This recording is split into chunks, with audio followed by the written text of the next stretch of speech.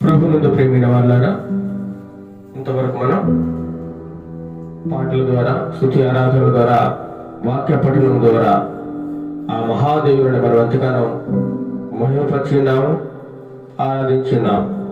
ఇప్పుడు ప్రాముఖ్యమైన భాగంలోనికి మనం వచ్చిన్నాం. మన ఆత్మీయ జీవితంలో కావాల్సినటువంటి ఆత్మీయ ఆహారమును సమృద్ధిగా మన జీవితాలకు దేవుడు దయచేయలాగన ప్రార్థన చేసుకునే వాక్యమును ధ్యానం చేసుకుందాం. మమ్మల్ని అతిమిక్కులుగా ప్రేమిస్తున్న మా ప్రియపుల్లోకి తండ్రి, నీ కృపగల నామాలకు, నీ దయగల నామాలకు వందనాలు, స్తోత్రాలు చెల్లిస్తున్నాం నాయన. ఇంతవరకు ఆరాధనలో ఉన్నారు ప్రభా. ఇప్పుడు మేము వాక్యమును ధ్యానించుండగా ఈ యొక్క ఆత్మచేత మమ్మల్ని నింపండి ప్రభా. మా నోటి మాటలు కాదు కానీ, మా యొక్క సొంత తెలివితేటలు, మా సొంత జ్ఞానము కాదు కానీ, నీవే మాట్లాడండి ప్రభా. నీ యొక్క ఆత్మశక్తి చేత మమ్మల్ని నింపి మా నోటికి మీరు బోరగా ఉండి మీరే మీ ప్రజలకు కావాల్సినటువంటి ఆత్మీయ ఆహారమును దయచేయమని ఘనత, మహిమా, ప్రభావాలు మీకు ఆరోపిస్తూ యేసుక్రీస్తు నామమున అడిగి వేడుకుంటున్నాం తండ్రి. ఆమేన్, ఆమేన్. ప్రియులారా, ఈరోజు మనం ధ్యానించుకోబోయే వాక్య ధ్యానాంశము అనేక మార్లు మనము వినప్పటికీ మనలా ఒకసారి ధ్యానం చేసుకుందాం. ఇశ్రాయేలు కాలంలో ఐగుప్తు దేశం నుండి, వారి యొక్క బానిసత్వం నుండి విడిపింపబడిన తరువాత వారిని పరిపాలించడానికి రాజులు లేని సమయంలో దేవుడు కొంతమంది న్యాయాధిపతులను ఏర్పాటు చేసినట్లుగా న్యాయాధిపతులు వారికి చక్కని ఉపదేశము, వారి యొక్క నడవడిక విధానము, వారు దేవునితో ఏ విధంగా గడపాలి, దేవుని ఏ విధముగా వారు సేవించాలి అనేటువంటి గొప్ప మార్గదర్శకాన్ని చూపించడానికి, వారిని చక్కని మార్గం నడిపించడానికి దేవుడు కొంతమంది న్యాయాధిపతులను ఏర్పాటు చేసుకున్నారు. ఆ కోవకు చెందిన న్యాయాధిపతుల గ్రంథంలో మనము ఒక వ్యక్తి గురించి మనము ఈరోజు ధ్యానం చేసుకుందాం. ఆ వ్యక్తి ఎవరంటే మహాబలశాలి, మహాధైర్యవంతుడు, దేవుడు ఏర్పాటు చేసుకున్నవాడు, నాజీరు వ్రతం చేయబడినవాడు, ఏమండి ప్రత్యేకంగా దేవుని కృప ద్వారా జన్మించిన వాడు. ఎవరు ఆ వ్యక్తి? సంసోను. ఎవరండి? సంసోను. సంసోను అనగా అర్థం సూర్యుని వంటి వాడట. ఎండగలవాడు అని అర్థం. ప్రియుల, ఆయన జీవితాన్ని గురించి మనము కొంతసేపు ధ్యానం చేసుకుని ఆ దేవుని మహిమపరచుకుందాం. చూడండి, న్యాయాధిపతుల గ్రంథము 13వ అధ్యాయము త్వరగా మనం ధ్యానం చేసుకుంటూ ముగించుకుందాం. ఇక సంసోను గురించి కొద్దిసేపు మనం ధ్యానం చేసుకుందాం. న్యాయాధిపతుల గ్రంథము 13వ అధ్యాయము 1వ వచనం నుండి మనం ధ్యానం చేసుకుందాం. పిల్లారా, చదవాలి. ఇశ్రాయేలీయులు మరలా యెహోవా దృష్టికి దోషులు కాగా, యెహోవా 40 సంవత్సరములు వారిని ఫిలిష్తీయుల చేతికి అప్పగించెను. చూడండి పిల్లారా, ఇశ్రాయేలు మరలా. ఎందుకు మరలా అనే పదాన్ని వాడాడు? ఎందుకు మరలా అంటే, అంతకుముందు కూడా ఎన్నో సవాళ్ళు వారు దేవుడి దృష్టికి పాపం చేస్తూనే ఉన్నారు, దేవుడి దృష్టికి దోషులుగా కనబడుతూ ఉన్నారు. దేవుడు ఒక రకంగా మీరు జీవించండి, ఈ విధానంలో మీరు నడవండి అనే ప్రభువారు వారికి కొన్ని ఆజ్ఞలు, కొన్ని సూచనలు, సలహాలు ఇస్తున్నప్పుడు వారు వాటిని మీరి వారి ఇష్టానుసారంగా జీవించి ఈ లోక పద్ధతులను అనుసరించి దేవునికి విరోధముగా అనేక మార్లు పాపం చేస్తూ వస్తున్నప్పుడు వారిని దేవుడు వారికి బుద్ధి కలగడానికి, వారికి మారు మనసు కలగడానికి వారిని అనేకమైన ఇతర రాజులకు, అన్య రాజులకు వారిని అప్పగించి వారిని నలగొట్టిస్తూ ఉండేవాడు దేవుడు. అదే విధముగా ఇక్కడ మరలా యెహోవా దృష్టికి ఏమైపోయారు? దోషులుగా కనబడ్డారట దేవుని దృష్టికి. వీళ్ళారా మీరు నేను మనం ఎలా అన్నాం? దేవుని దృష్టికి దోషిగా ఉన్నామా లేదా దేవుని దృష్టిలో నిర్దోషిగా ఉన్నామా? మనల్ని మనం ఒకసారి పరీక్ష చేసుకోవాల్సిన సమయం వచ్చింది పిల్లారా. మనం ప్రతిదినం ఆదివారం దేవుని సన్నిధానానికి వస్తున్నాం, వాక్యాన్ని వింటున్నాం, పాటలు పాడుతున్నాం, ప్రార్థన చేస్తున్నాం. కానీ మనం దేవుని దృష్టిలో ఎలా ఉన్నాం? దోషిగా ఉన్నామా నిర్దోషిగా ఉన్నామా? మనం ఆలోచించుకోవాలి, పరీక్షించుకోవాలి, మనల్ని మనం పరిశోధన చేసుకోవాలి. దేవుని దృష్టిలో ఇశ్రాయేలు ఎలా ఉన్నారట? దోషులుగా ఉన్నారు.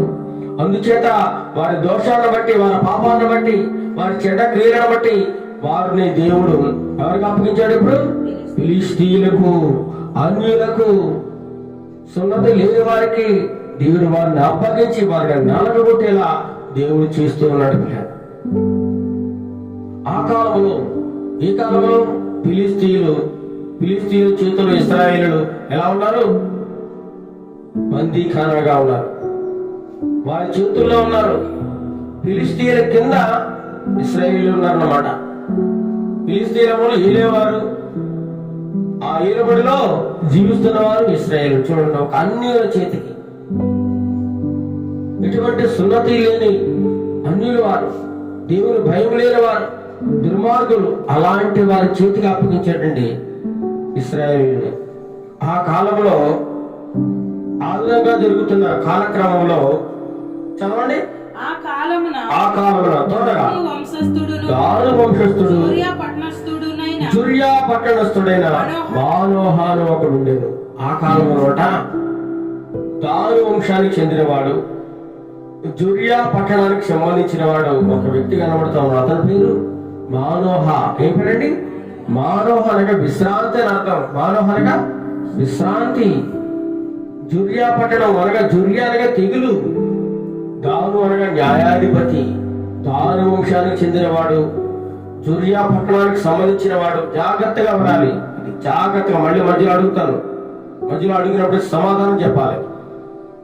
దాను పట్టణానికి సంబంధించిన వాడు, దాను వంశస్థుడు, జుర్యా పట్టణానికి సంబంధించిన ఒక వ్యక్తి ఉన్నాడు. ఆయన పేరు మానోహ. మానోహ అనగా విశ్రాంతి అని అర్థము. అయితే అతనికి ఒక భార్య ఉంది. మానోహ తన భార్య చాలా కాలంగా జీవిస్తా ఉన్నారు జుర్యా పట్టణంలో. కానీ వారికి సంతానం లేదు, కానుపు లేదు, పిల్లలు లేరు. ఆ మానోహ భార్య గొడ్రాలుగా మిగిలిపోయింది, చాలా వేదన పడతా ఉంది. చూడండి ఎంత బాధ. ఎవరికైనా కొత్తగా పెళ్ళైన వారిని చూసినప్పుడు వారికి కొన్ని సంవత్సరాలు గడిచిన తర్వాత వారికి పిల్లలు కలుగుతూ ఉంటారు. అలా కలగకపోతే వారు ఎంతో వేదనకు, మానసిక క్షోభ గురవుతూ, గుళ్ళు గోపురాల చుట్టూ తిరుగుతూ దేవుని ఆరాధిస్తూ ఉంటారు. దేనికోసం? సంతానం కావాలని. దేవుడు పిల్లలు ఇవ్వాలంటే అది దేవుని చేతిలో ఉంది. గర్భఫలం ఆయన ఇచ్చే బహుమానము. కాబట్టి ఆ బహుమానాన్ని కూడా మనం జాగ్రత్తగా కాపాడుకోవాలి, దేవుని కోసం పెంచాలి. అదేవిధంగా ఈ మానవ భార్యకు పిల్లలు లేరు, గొడ్రాలుగా ఉంది. అలాంటి సమయంలో దేవుని యొక్క దూత ఆ స్త్రీకి ప్రత్యక్షమైంది. ఆ స్త్రీకి ప్రత్యక్షమై దేవునికి దూత మాట్లాడుతోంది. ఇదిగో నువ్వు గొడ్రాలు, నీకు పిల్లలు లేరు కదా, నీకు కానుపు లేదు, కాబట్టి నీవు గర్భవతి కుమారుని కంటావు. చూడండి, దేవుని యొక్క దూత మాట్లాడుతుంది ప్రత్యక్షమే. ఎవరి దగ్గరికి వచ్చింది? మానోహ భార్య దగ్గరికి వచ్చింది. మానవ భార్యకు పిల్లలు లేరు, నువ్వు గొడ్డవు కాబట్టి దేవుడు నీ యందు దయ చూపించాడు. నీ యొక్క గర్భాన్ని తెరిచి నీకు గర్భంలో ఒక కుమారుని దేవుడు అనుగ్రహించబోతూ ఉన్నాడు అని చెప్పి దేవుని యొక్క దూత మాట్లాడుతూ ఇంకేమంటుంది? కాబట్టి నీవు జాగ్రత్తగా ఉండి, మానవ భార్యతో దేవునికి దూత మాట్లాడుతున్నాడు, నువ్వు జాగ్రత్తగా ఉండి మద్యము గాని ద్రాక్షారసము గాని ముట్టకూడదు, తాగకూడదు, అపవిత్రమైనది దేది కూడా తినకూడదు అని చెప్పి మానవ భార్యకు దేవునికి దూత చెప్తా ఉన్నాడు. నీవు గర్భవతి ఒక కుమారుని కంటావు, అతని తల మీద నువ్వు మంగళగత్తి వేయకూడదునా, అతని తలకి క్షవరం చేయించకూడదు. ఎందుచేత? ఆ యొక్క బిడ్డ గర్భాన్ని పుట్టింది మొదలుకొని దేవునికి వ్రతం చేయబడిన వాడు, దేవునికి మొక్కుబడి చేయనివాడు. దేవుడే నీకు నీ హృదయంలో ఆ యొక్క గర్భాన్ని తెరిచి నీకు ఒక బిడ్డని బహుమానంగా ఇస్తున్నాడు. ఆ బిడ్డ దేవునికి వ్రతం చేయబడిన వాడు కాబట్టి అతని మీద ఎన్నడూ కూడా మంగళకత్తి వేయకూడదు, పుట్టి వెంట్రుకలు తీయకూడదు, తల కత్తిరించకూడదు. అతను ఎలాంటి వాడట? ఫిలిస్తీన్ల చేతుల్లో ఉండి, అన్యుల చేతుల్లో ఉండి, ఇశ్రాయేలు ఫిలిస్తీన్లకు దాసులుగా ఉన్నారు, దాసీలుగా ఉన్నారు, దాస్యత్వంలో బ్రతుకుతా ఉన్నారు. మరి పాపాన్ని బట్టి దేవుడు ఇశ్రాయేలు అందరినీ ఫిలిస్తీన్లకు అప్పగించినట్లుగా మనం చూడగలం. ఆ యొక్క ఇశ్రాయేలులందరినీ విడిపించడానికి ఫిలిస్తీన్ల చేతుల్లో నుండి దేవుడు నీ గర్భంలో ఒక బిడ్డను ఉద్భవింపబోతున్నాడు. ఇశ్రాయేలును రక్షించడానికి, ఆయన రక్షింపడానికి ఆయన మొదలు పెడతాడు అని చెప్పి ఆ స్త్రీతో దేవుని యొక్క దూత మాట్లాడుతున్నప్పుడు ఆ స్త్రీ వెంటనే తన యొక్క ప్రేమిడి దగ్గరికి వచ్చి తన భర్త దగ్గరికి వెళ్ళి, అయ్యా మానవ, నా దగ్గరికి దైవజనుడు కూడా వచ్చాడు. ఏమనుకుంటుంది? దైవజనుడు వచ్చాడు. అతని రూపం ఎలా ఉందట?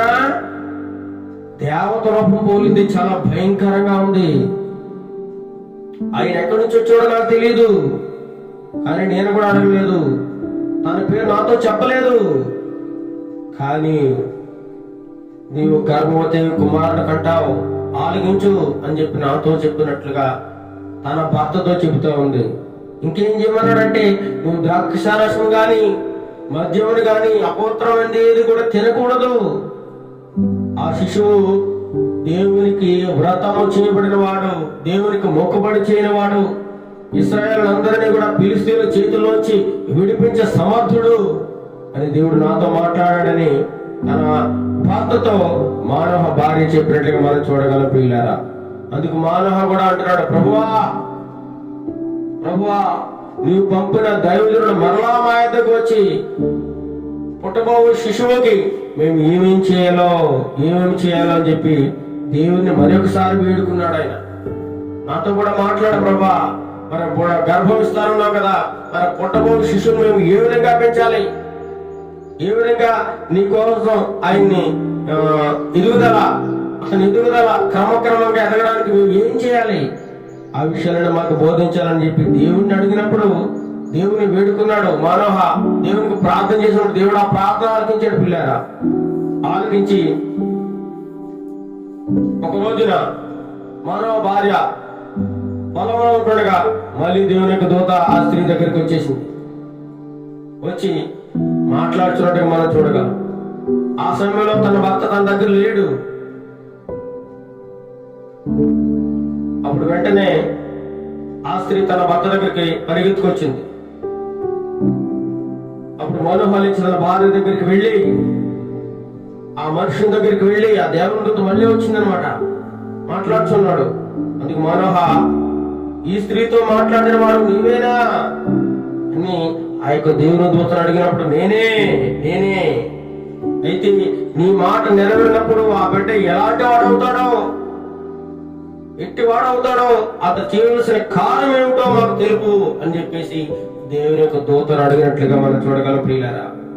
యెహోవా దూత ఆ స్త్రీతో ఏదైతే చెప్పిందో మళ్ళీ తన భర్తతో కూడా చెప్తా ఉన్నాడు ఆ యొక్క దేవుని యొక్క దూత. ఆమె ఏం చేయకూడదు? ద్రాక్షావళి నుండి పుట్టింది ఏది కూడా తినకూడదు, ద్రాక్షారసము గాని మద్యమును గాని తాకూడదు, అపవిత్రమైనది తినకూడదు, నేను ఆజ్ఞాపించిందంతా కూడా ఆమె చెయ్యాలి అని చెప్పి మానవతో కూడా చెప్పాడు. తన భర్తతో కూడా దేవుని యొక్క దూత మాట్లాడాడు ప్రియులారా. అప్పుడు మనోహ ఆ వచ్చిన అతిథి అనుకుంటున్నాడు, ఒక మనుషుడు అనుకుంటున్నాడు. మేము ఒక పిల్లని సిద్ధపరిచి, ఒక మేక పిల్లని సిద్ధపరిచి నీ సన్నిధి నుంచి వరకు నీవు ఆగుమని మనం చేసుకుంటా ఉన్నాడు ఆ యొక్క దేవుని యొక్క దూతకి. అప్పుడు యెహోవా దేవత, నీవు నన్ను నిలిపినాను, నీ భోజనం నేను తిన్నావు, నువ్వు ఎవరికి అర్పించాలి? ఆ యెహోవా దేవునికి మాత్రం నువ్వు ఇవ్వాల్సింది, నీ కానుకలు, నీ బలి ఆయనకి అర్పించు అని చెప్పేసి వెళ్ళిపోయాడు. అతడు యెహోవా దూతని మానవకు తెలియదంట. అంటున్నాడు, మానవ మాట్లాడుతున్నాడు, నీ మాటలు నెరవేరిన తర్వాత మేము నిన్ను సన్మానించడానికి నీ పేరేంటి అని యెహోవా దూతను అడుగుతా ఉన్నాడు. నా పేరు నువ్వు ఎందుకు అడుగుతున్నావు? నా పేరుతో నీకేం పని? అది నా పేరు నేను చెప్పకూడదు సుమా అని చెప్పి దేవునికి దూత వెళ్ళిపోయినప్పుడు మనోహ నైవేద్యంగా దేవునికి ఒక మేకపిల్లను తీసుకుని ఒక రాతి మీద ఏం చేశాడు? యెహోవాకు బలి అర్పించాడు. మనోహ అతని భార్య కూడా అలా చూస్తూ ఉంటుండగా అగ్ని జ్వాల వచ్చి, ఏమండి, ఆకాశం నుండి అగ్ని జ్వాల బలిపీఠం మీదకి వచ్చి ఆ యొక్క అర్పణను స్వీకరించినట్లుగా ఆ జ్వాలలో యెహోవా దూత బలిపీఠమున ఆ జ్వాలలో పరమునకు ఆరోహణమైనట. అది ఒక గుర్తు అన్నమాట. అంటే ఈ కార్యం నెరవేరడానికి. అప్పుడు మనోహ అతని భార్య దాన్ని చూసి నేలకు సాగిలిపడి అనుకుంటున్నారు. ఆ తర్వాత యెహోవా దూత మరలా మనోహకు అతని భార్యకు ఇంకా ప్రత్యక్షం కాలేదట. ఆ యెహోవా దూతని మనోహ తెలుసుకుని మనోహ అప్పుడు గ్రహించాడు, అగ్ని జ్వాల వచ్చినప్పుడు ఈ యొక్క అర్పణను, ఈ యొక్క నైవేద్యము స్వీకరించినప్పుడు దేవుని దూత, దేవుని మనం చూసాము, ఇంకా మన పని అయిపోయింది, చచ్చిపోతాం మనం. ఆ రోజుల్లో దేవుని చూస్తే ఏమైపోతారు? ఏ మనుషుడు ఎవరుడు ఎన్నడూ కూడా దేవుని చూడలేదు. ఒకవేళ చూడాలనుకుంటే ఏమైపోతాడు? చనిపోతాడు. ఒకనొక సమయంలో మోషే భక్తుడు ప్రభువా నేను చూడాలి అని దేవుని స్వయంగా అడిగినప్పుడు, ప్రభు నువ్వు నన్ను నువ్వు చూడలేవు, చచ్చిపోతావు, ఆ మహిమను ప్రకాశాన్ని నువ్వు తట్టుకోలేవు అనే అయినా సరే నేను చూస్తాను ప్రభువా అని కోరినప్పుడు ప్రభువారు అంటారు, నన్ను డైరెక్ట్ గా చూడలేవు కానీ నా వీపును చూడు అని చెప్పినాడు. ఆ వీపు మీద, ఆ వీపు యొక్క కాంతి ఒక రాతి మీద పడినప్పుడు ఆ రాతి కాంతిని చూసి కడుదరి కింద పడిపోయాడ. అంత మహాశక్తి గల దేవుడే, మహా ప్రభావం గలవాడు. ఆయన చూస్తే చచ్చిపోతామనే ఆ యొక్క ఇశ్రాయేలు కాలంలో వారికి ఒక ఆనవాలు ఉంది. అప్పుడు అంటున్నాడు, మనం దేవుని చూసాం కనుక మనం ఏమైపోతాం? చచ్చిపోతాం, నిశ్చయంగా చచ్చిపోతాం తన భార్యతో అంటున్నాడు. అప్పుడు భార్య అంటుంది, ఏం చనిపోవయ్యా, దేవుడు మన అర్పణను అంగీకరించాడు.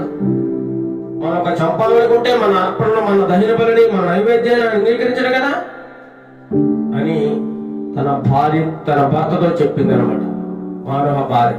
ఈ విధంగా కాలం గడుస్తున్న కాలంలో వెంటనే దేవుడు చెప్పినట్లుగా, దేవుని దూత చెప్పినట్లుగా మానవ గర్భము తెరవబడింది, గర్భవతి అయింది. ప్రియులారా, మానవ భార్య గర్భవతి అయింది. గర్భవతి అయిన తర్వాత, నెల నిండిన తర్వాత, బాలుడు గర్భంలో ఎదుగుచూ ఉన్నాడు. నెల నిండిన తర్వాత ప్రసవం జరిగింది. ఒక చక్కని కుమారుడు జన్మించాడు. చక్కని కుమారుడు. ఆ కుమారుడికి ఏం పేరు పెట్టింది? సంసోను. ఏం పేరు పిల్లారా? సంసోను. సంసోను ఎదిగి పెద్దవాడు అవుతా ఉన్నాడు. దేవుని ఆత్మ, దేవుని ఆశీర్వాదము సంసోను మీద బలంగా ఉంది. ఎందుచేత? దేవుడు ఏర్పాటు చేసుకున్నవాడు. దేవుడు తన యొక్క కృప చేత ఏర్పాటు చేసుకున్న గొప్ప బిడ్డ అతను. సంసోను అంటే దేవుని ఆశీర్వాదం ద్వారా అతను పెరుగుతూ ఉన్నాడు. దేవుడు అతన్ని ఆశీర్వదించాడట. బాలుడు ఎదిగినప్పుడు యెహోవా అతనిని ఆశీర్వదించెను. యెహోవా అతను ఏం చేశాడట? ఆశీర్వదించాడు. గొప్ప బలవంతుడు పుట్టేశాడు. ఎవరి గర్భం నుంచి? మానోహ అతని భార్య. వారిద్దరికి కూడా గొప్ప బలవంతుడు. ఇశ్రాయేలులో అటువంటి బలము గలవాడు ఎవడు లేడట. ఇశ్రాయేలులో అటువంటి బలము గలవాడు, అటువంటి బలాఢ్యుడు ఎవడు పుట్టలేదు. దేవునికి వ్రతం చేయబడిన వాడు, దేవుడు ఏర్పాటు చేసుకున్నవాడు ఒక వ్యక్తి పుట్టేశాడు. అతని పేరు సంసోను. యెహోవా ఆత్మ దుర్యాకును ఎస్తాయోలుకును మధ్యన మహానదాలు అతను రేపుడికి మొదలు పెట్టాను. అతను యవనస్తుడయ్యాడు, పెద్దవాడయ్యాడు. దేవుని ఆత్మ అతను రేపుతో ఉంది. అతను ఎందుకు ఏర్పాటు చేసుకున్నాడు? దేవుడు ఒక ప్రణాళికాబద్ధంగా ఇశ్రాయేలు ఫిలిష్తీయుల చేతిలో దాసులుగా ఉన్నారు, బందీలుగా ఉన్నారు. వారిని విడిపించాలని చెప్పి దేవుడు ఇశ్రాయేలులో గొప్ప నాయకుని పుట్టించాడు. పిల్లారా, సంసోను మహాబలాఢ్యుడు. దేవునికి నాజీరు వ్రతం చేయబడిన వాడు పుట్టిన మొదలుకొని అతని జీవితంలో ఎప్పుడు కూడా మంగళగతి వేయకూడదు, తల క్షౌరం చేయకూడదని దేవుడు ఆజ్ఞాపించాడు ముందుగానే. ఇశ్రాయేలు కాపాడడానికి అతను ఒక నాయకుడిగా ఉంటాడని చెప్పి దేవునికి దూత చెప్తుంది. అదే విధముగా అతని యొక్క ఎదుగుదలలో అతనికి పుట్టి వెంట్రుకలు తీయలేదు, అతని తల మీద మంగళగత్తె వేయలేదు, తల పెరుగుతూ ఉంటుంది. దేవుని ఆత్మ అతను రేపుతా ఉంటుంది. ఇప్పుడు ఎవరు రక్షించాలి? ఇశ్రాయేలు ప్రజలందరినీ కూడా రక్షించే బాధ్యత దేవుడు మానవుగా అప్పగించాడు, మానవ చేతిలో పెట్టాడు. పిల్లారా, ఇలా ఎదుగుతూ ఉన్న క్రమంలో సంసోను ఒకనొక రోజు తిమ్నాతు అనే పట్టణం వెళ్ళాడు. ఎక్కడికి? తిమ్నాతు. ఎక్కడ ఉంది తిమ్నాతు పట్టణం? ఫిలిస్తీన్ దేశంలో ఉంది తిమ్నాతు అనే పట్టణం. ఆ తిమ్నాతు అనే పట్టణం అలా తిరుగుతూ ఉండగా ఒకనొక సమయంలో ఆ యొక్క ఫిలిస్తీన్ కుమార్తెలో ఒక అమ్మాయిని చూసాడట. ఒక అమ్మాయిని చూశాడు. ఆ అమ్మాయి ఎలా ఉంది? బహు సౌందర్యవతి, చాలా అందంగా ఉంది, చాలా అందంగా ఉంది ఆ అమ్మాయి. ఎవరి కుమార్తె? అన్యుల కుమార్తె, ఫిలిస్తీన్ల కుమార్తె. తిమ్నాతులో చూశాడు ఆమెని. చూసి వెంటనే తలుపు గదిలో ఆమె మీద అతనికి ఇష్టం కలిగింది. ఇష్టం కలిగి ఎలాగైనా సరే ఈమెను వివాహం చేసుకోవాలి, ఎలాగైనా సరే ఈమెను వివాహం చేసుకోవాలని తన మనసులో ఒక నిశ్చయత కలిగి ఉన్నాడు. చూడండి, కొంతమంది చూడగానే ఇష్టం కలుగుతూ ఉంటది. అయితే ఈ లోక ప్రేమలను కూడా వ్యర్థం. అదన్నీ కూడా శరీర కోరికలు, శరీర ఆశలు నెరవేర్చుకోవడానికి. కానీ ఇక్కడ సంసోను ఆ యొక్క ఫిలిస్తీన్ కుమార్తెలో ఒక ఆమెను చూచి ఆమెను ఇష్టపడి ఇంటికి వచ్చి తల్లిదండ్రులతో చెప్తా ఉన్నాడు. మానవ గారితో, తండ్రితో, తల్లితో చెప్తూ, అమ్మా, నాన్న, నేను తిమ్నాతు వెళ్ళాను. తిమ్నాతు వెళ్ళి అలా తిరుగుతున్న సమయంలో ఒకనొక చోట ఒక అమ్మాయిని చూశాను. ఆ ఫిలిస్తీన్ల కుమార్తె ఆమె చాలా అందంగా ఉంది. ఆమెను చూడగానే నాకు ఇష్టం కలిగింది. ఆమెను నేను వివాహం చేసుకుంటాను అని తల్లిదండ్రులతో చెప్పినప్పుడు తల్లిదండ్రులు ఏమంటున్నారు? అయ్యో కుమారుడా, నీ స్వజనుల కుమార్తెల్లో గాని నా జనుల్లో గాని స్త్రీ లేదనుకుని ఆ సున్నత పొందని ఫిలిస్తీన్లో ఉండి కన్నీను తెచ్చుకున్నట్టుగా వెళుచున్నావా? అడుగుతా ఉన్నా తల్లిదండ్రులిద్దరు. ఏంది బాబు, మనం చూస్తే ఫిలిస్తీన్లకు దాసులుగా ఉన్నాం. వారంటే అన్యులు, సున్నతి లేని వారు, దేవుడంటే భయం లేని వారు, భక్తి లేని వారు, దుర్మార్గులు, దోషులు, వారు దుష్టక్రియలు, నీచులు, అసహ్యులు. అలాంటి వారికి మాత్రం నువ్వు వివాహం చేసుకుంటానన్నాడు. బాబు, మన జాతిలో లేరా? మన వంశంలో లేరా? మన ఇశ్రాయేలులో పిల్లలే లేరా నీకు పెళ్లి చేయడానికి? వద్దు బాబు, వద్దు అని ఎంతగానో వారు చెప్పారు. వద్దు బాబు, అన్య స్త్రీలు మీరు వివాహం చేసుకోవద్దును. మనం వారి కింద మనం దాసులుగా ఉన్నాం. వారు దేవుని దృష్టిలో వారు సున్నత లేని వారు, దేవుడంటే భయం లేని వారు, దుర్మార్గులు వారు. అలాంటి వారిలో ఉన్నటువంటి ఆ ఫిలిస్తీన్లో ఉన్న ఆ యొక్క నువ్వు చూసిన అమ్మాయిని వివాహం చేసుకోవడానికి వారు ఏమాత్రం కూడా ఒప్పుకోలేదు. ఎందుకు నువ్వు మన స్వజనులు, మన బంధువుల్లో అమ్మాయిని చేసుకో అని అడిగినప్పుడు అతను ఏమంటాడు? ఆమె నాకు ఇష్టమైంది. ఏమంటున్నాడు? చదవండి. ఆమె సంసోను ఆమె నాకు ఇష్టమైనది కనుక ఆమె నా కొరకు తెప్పించుమని తన తండ్రితో చెప్పాను. ఒప్పుకోలేదు.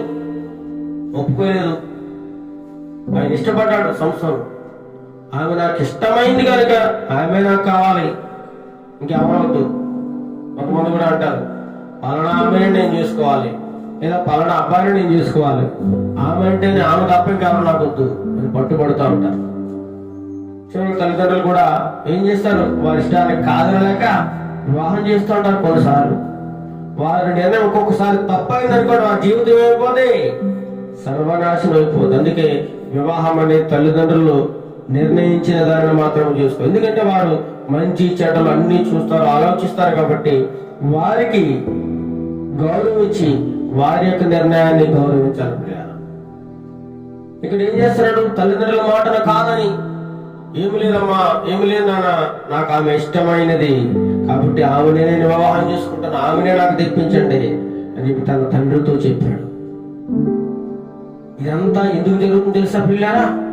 దేవుడు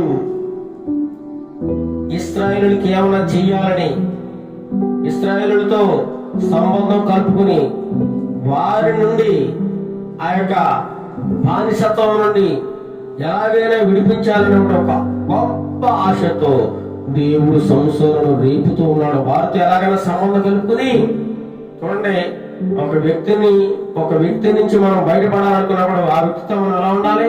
కొంచెం మంచిగా ఉన్నట్లు నటించాలి, మంచితనంతో ఉండాలి.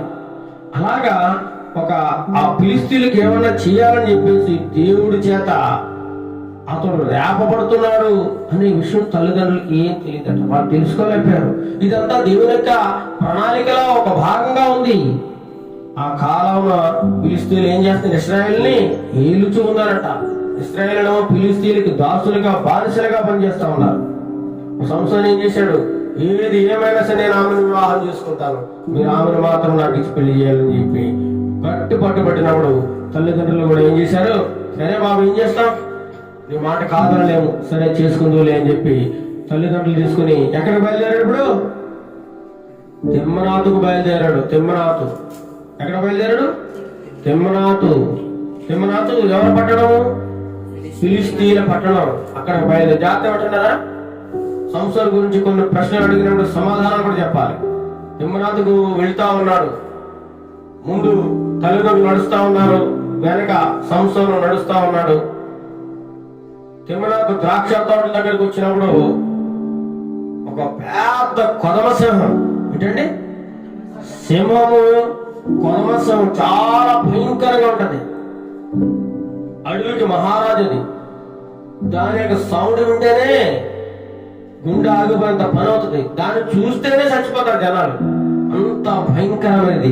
ఒక కొదమ సింహం ఎదురుగా బొబ్బరించుకుంటూ, గాండ్రించుకుంటూ ఎవరి మీద వచ్చేస్తుంది? సంసోను మీదకి వచ్చేస్తుంది, చంపేద్దామని. తల్లిదండ్రులు ముందు నడుస్తా ఉన్నారు, వెనక కుమారుడు నడుస్తా ఉన్నాడు. సంసోను బొబ్బరించుకుంటూ మీదకు వచ్చేస్తుంది కొదమ సింహం. అతని చేతులు ఎటువంటి ఆయుధం కానీ కర్ర కానీ ఏమి లేవు, కొడదామంటే. అప్పుడు వెంటనే యెహోవా ఆత్మ అతన్ని ప్రేరేపింపగా, 6వ వచనం చదవండి. యెహోవా ఆత్మ అతన్ని ప్రేరేపింపగా అతని చేతిలో ఏమీ లేకపోయినను ఒకడు మేకపిల్లను చీల్చినట్లు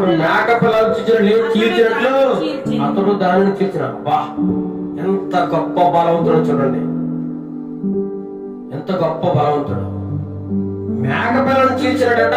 ఆ 2 దవడలు పట్టుకుని సింహాన్ని, కొదమ సింహాన్ని పట్టుకుని చీల్చేసాడట.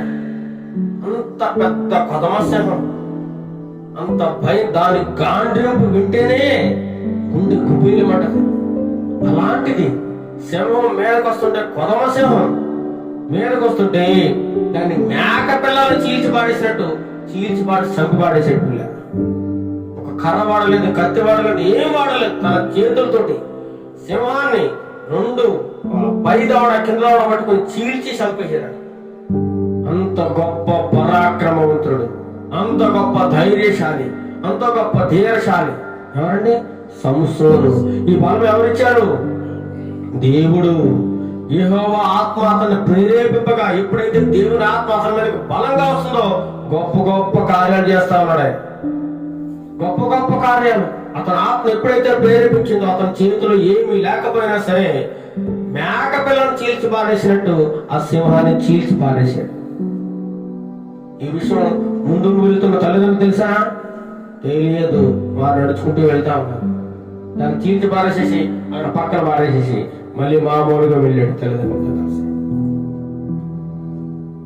తను చేసిన పని తల్లితో కానీ తండ్రితో కానీ ఎవరికీ చెప్పలేదట. అక్కడికి వెళ్ళిపోయి ఆ స్త్రీతో మాట్లాడుచు ఉన్నారు తల్లిదండ్రులు. మాట్లాడుచు మొత్తం అంతా ఓకే చేసేసుకున్నారు. వివాహం కూడా నిశ్చయం అయిపోయింది.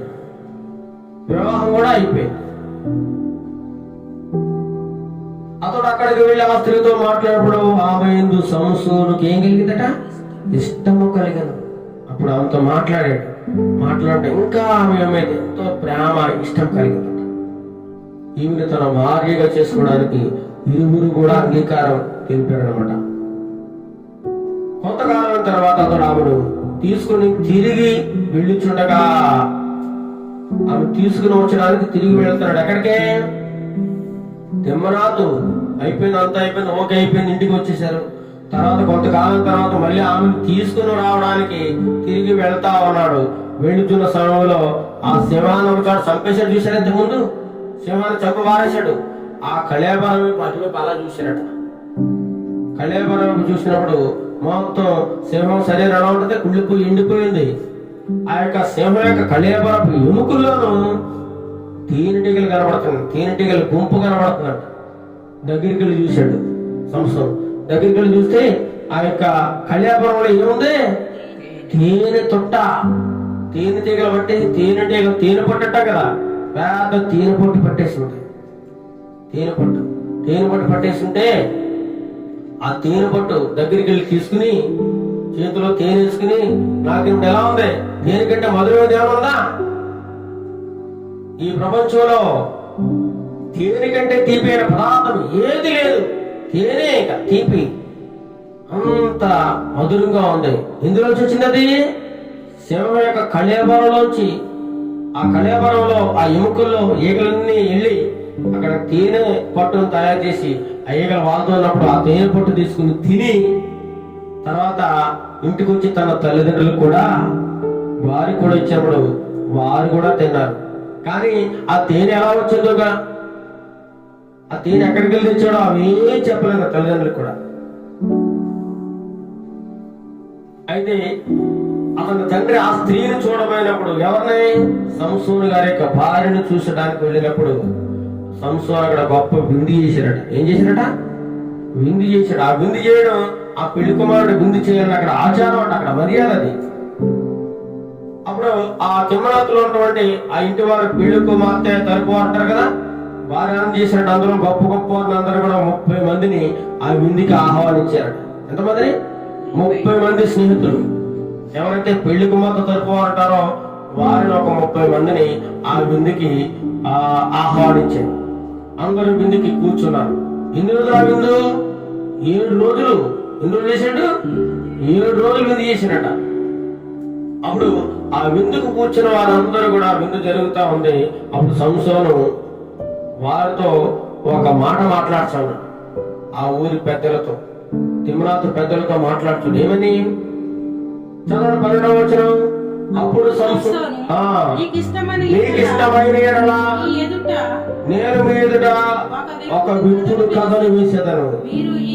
మీరు ఈ విందు జరుగు 7 దినములలోగా దాని భావమును నాకు తెలిపినలా నేను 30 సన్నపు నారబట్టలను 30 దుస్తులను మీకు ఇచ్చేదను. వాళ్ళతో ఒక పందెం కడుతున్నాడు. ఎవరితోటి? ఆ ఫిలిష్తీయులతో. వారందరూ విందుకు ఆహ్వానింపబడ్డారు 30 మంది. అయ్యా ఫిలిష్తీయులారా, మీతో ఒక చిన్న విషయం చెప్పాలనుకున్నాను. అడిగినప్పుడు చెప్పండి అన్నారు. ఏమి లేదు, మీకు ఒక కథ చెప్తాను, విప్పుడు కథ. ఏం కథ అది? ఉడుపు కథ అంటే చూసారా? ఉడుపు కథ, అలాగే విప్పుడు కథలు ఉంటాయి. ఆ విడుపు కథను ఒకటి మీకు చెప్తాను. దా కథ భావాన్ని కానీ మీరు చెప్పారనుకో, మీకు 30 సన్నపు నారబట్టలని 30 దుస్తుల్ని మీకు ఇచ్చేస్తారు. ఎన్ని రోజులు చెప్పాలి మీరు? ఈ విందు 7 రోజులు జరుగుతుంది. ఈ 7 రోజులు టైం ఇస్తున్నాను మీకు. 7 రోజుల్లో ఏ రోజు చెప్పినా సరే మీకు ఆ 30 సన్నపు నారబట్టల్ని 30 దుస్తుల్ని మీకు తెచ్చి ఇచ్చేస్తాను. ఒకవేళ మీరు దానిని చెప్పలేకపోతే మీరు నాకు ఆ 30 దుస్తులు ఇవ్వాలి, బట్టలు కూడా ఇవ్వాలి. మరి దీనికి మీరు ఒప్పందమా బెట్ట అని సంసోను ఆ ఫిలిష్తీయుల ఆ యొక్క పెద్దలను 30 మందిని అడిగినట్లుగా మనం చూడగలం పిల్లారా. అయితే దానికి వారు ఏం చేశారు?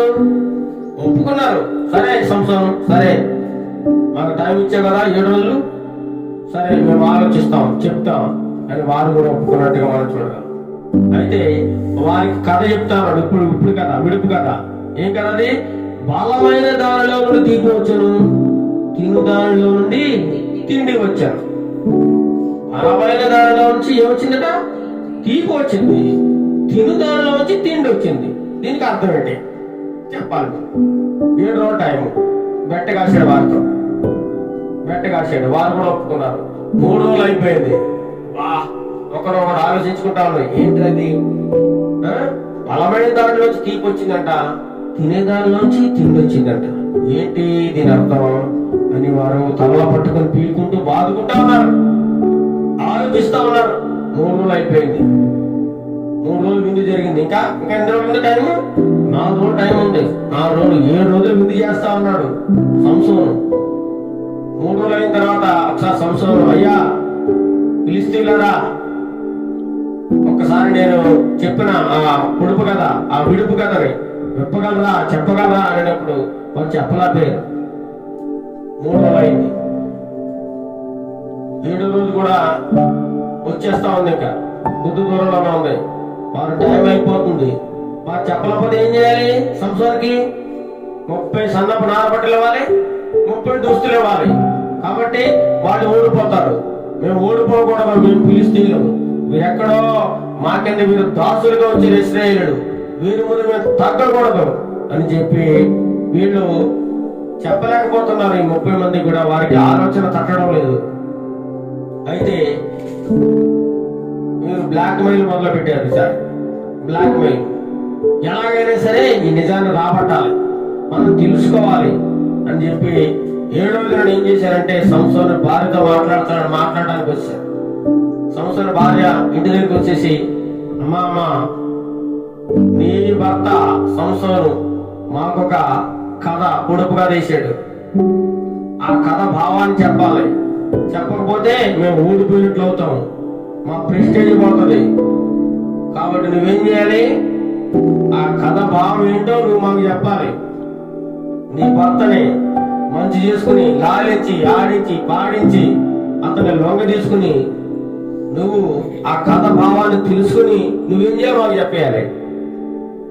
అలా చెప్పలేదనుకో ఏం చేస్తాను? నిన్ను, నీ తండ్రి ఇంటి వారిని, నీ బంధువులు అందరూ కూడా ఏం చేస్తాం?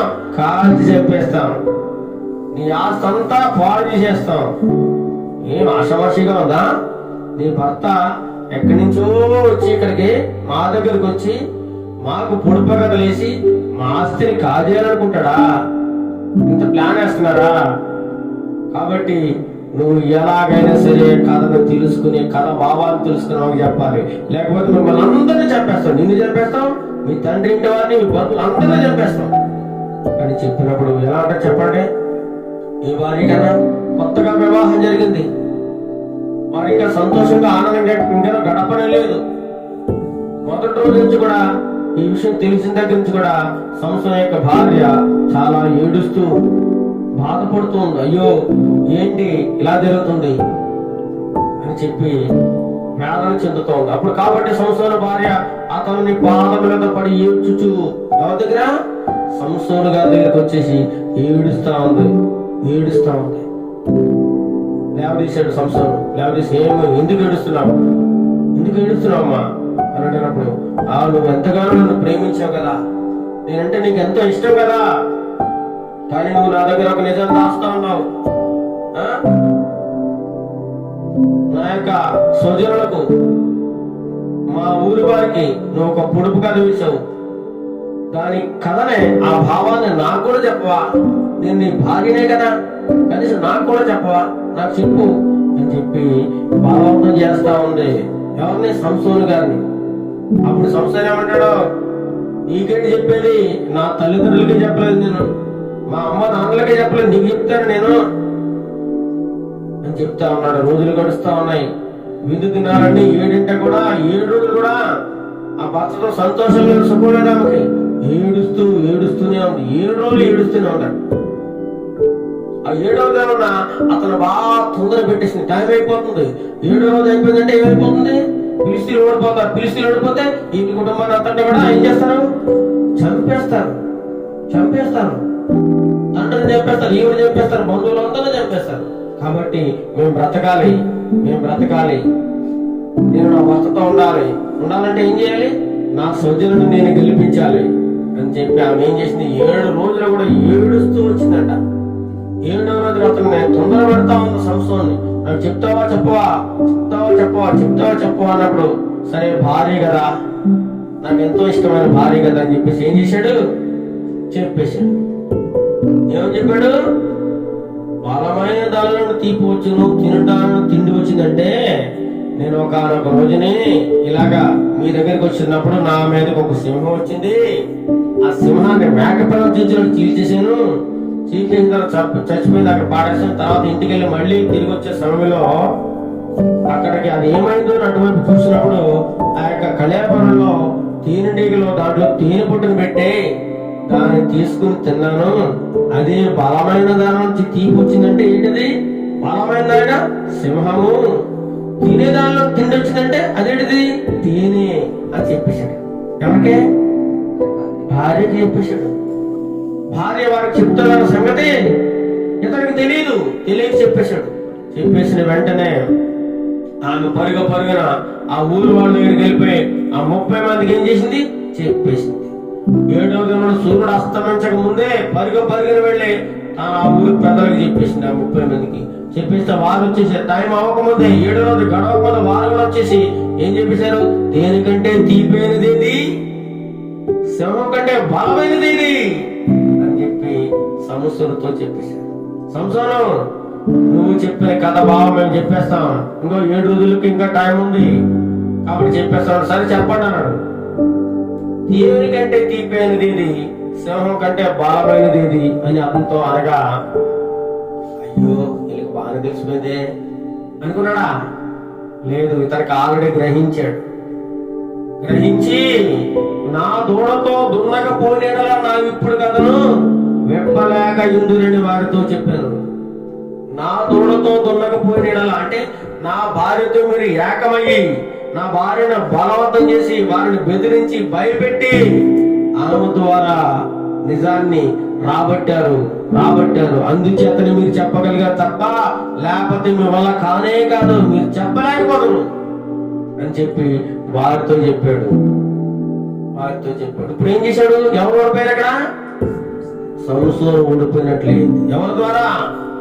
భార్య ద్వారా. కొన్నిసార్లు భార్యలు కూడా భర్తలని ఎంతగానో వేధిస్తూ బాధపెడుతూ మానసికంగా గాయపరుస్తూ ఓడించడానికి చూస్తూ ఉంటారు.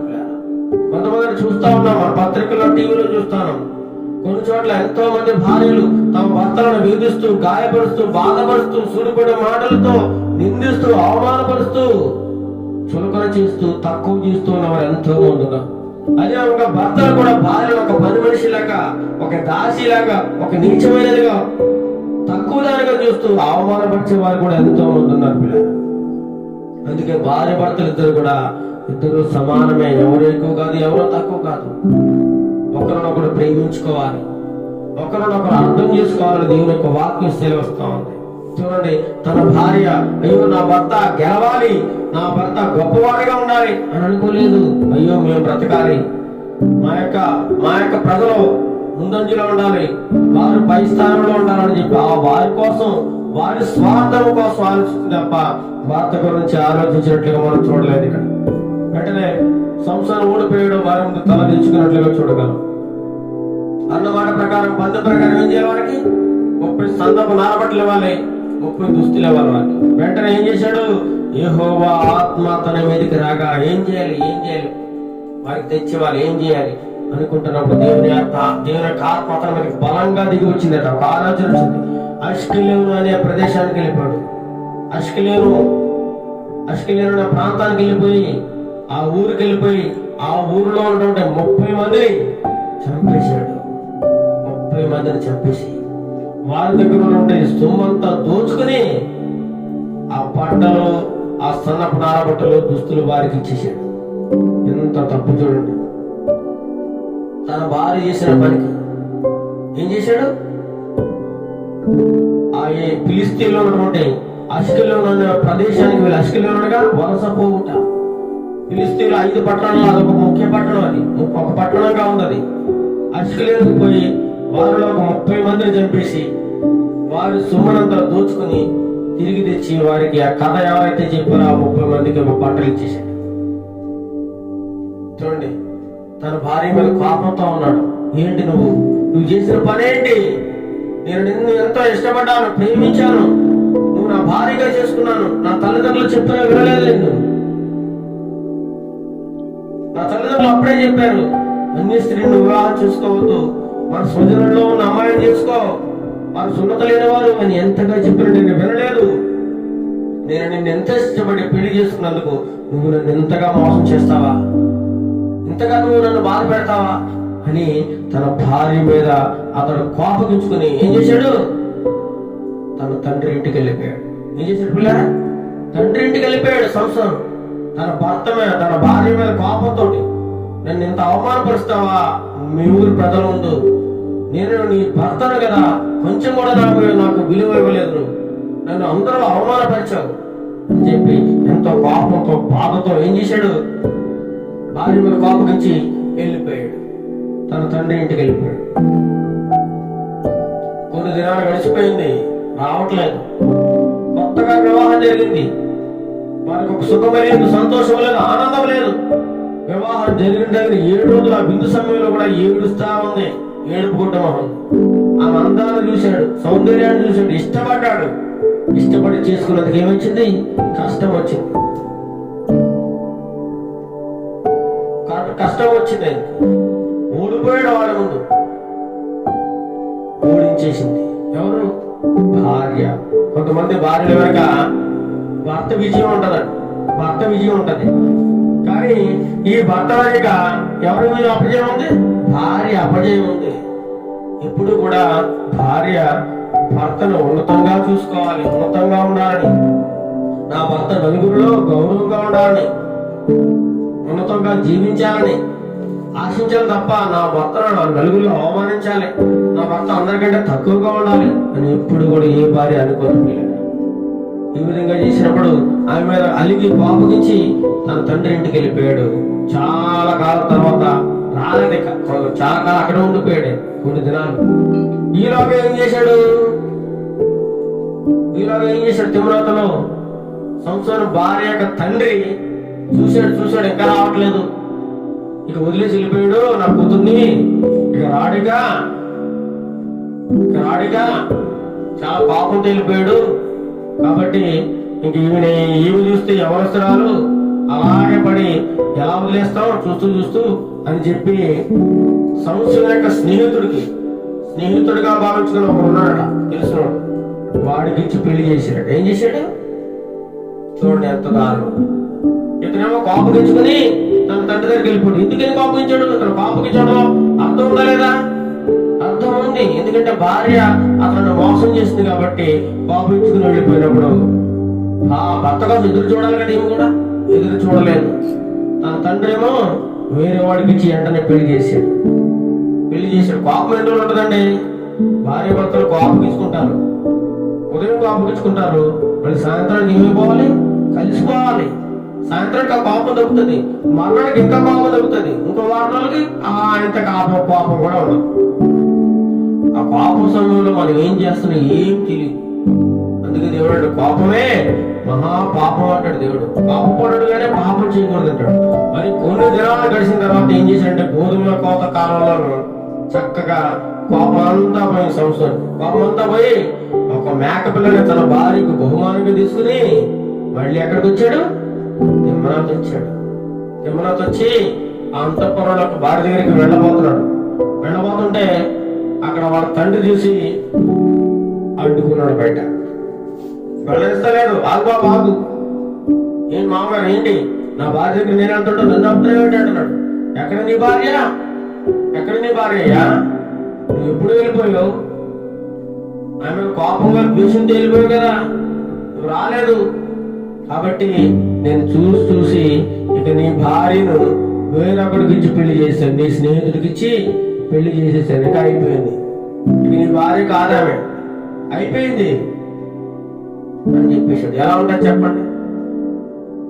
ఒకరి భార్యని ఇంకొకరికి ఇచ్చి పెళ్లి చేసేస్తే ఎలా ఉంటది? అతను తెలియకుండా ఎంతో బాధ ఉంటుంది అనమాట. ఇంకేమంటాడు, సరే వెళ్ళిపోయింది ఇంకా ఆమె కూడా వదిలేసి ఇంకో నా కూతురు ఉంది, ఇంకొక రెండో కుమార్తె, ఆమెని చాలా చక్కగా ఉంటుంది, ఆమె కంటే ఈమె అందగత్తే సౌందర్యవతి చాలా బాగుంటది కాబట్టి ఈమెను పెళ్లి చేసుకో, ఈమె ఉంచుకో అని చెప్పి సంసోన్ని అడుగుతున్నాడు. ఒప్పుకున్నాడు సంసారం? లేదు. ఏంటి నా భార్యని వేరే వాడికి ఇచ్చేస్తావా, కొద్ది రోజులు నేను కోపంతో వెళ్ళిపోయినందుకు ఇంత పని చేస్తావా అని చెప్పేసి సంసోను, నేను ఫిలిష్తీయులకు హాని చేసిన ఎడల వారి విషయంలో నేను ఇప్పుడు నిరపరాధని ఉందని వారితో చెప్పి కక్ష కట్టాడు వారి మీద. వాళ్ళ మామగారు మొత్తం ఫిలిష్తీయులందరి మీద, ఆ ఊరు జనులందరి మీద కక్ష కట్టాడు. మీరు ఇంత నాకు ద్రోహం చేస్తారా, మీరు నాకు నేను ఇష్టపడి వచ్చి పెళ్లి చేసుకుని ఇంత చేస్తే, ఇంతవరకు నేను న్యాయంగా పోతే మీరు నాకు ఇలా చేస్తారా అని చెప్పి వారి మీద కక్ష కట్టి పోయి బయటకు వచ్చేసి 300 నక్కలు పట్టుకున్నాడు. ఎన్ని నక్కలు?